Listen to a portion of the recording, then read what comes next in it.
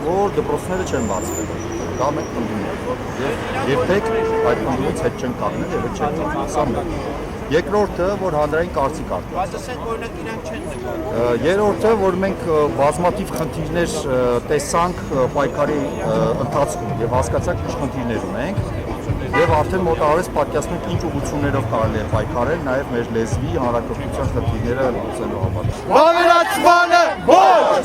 Գաղութացմանը ոչ! Գաղութացմանը ոչ! Հայաստան! Հայաստան! Հայաստան!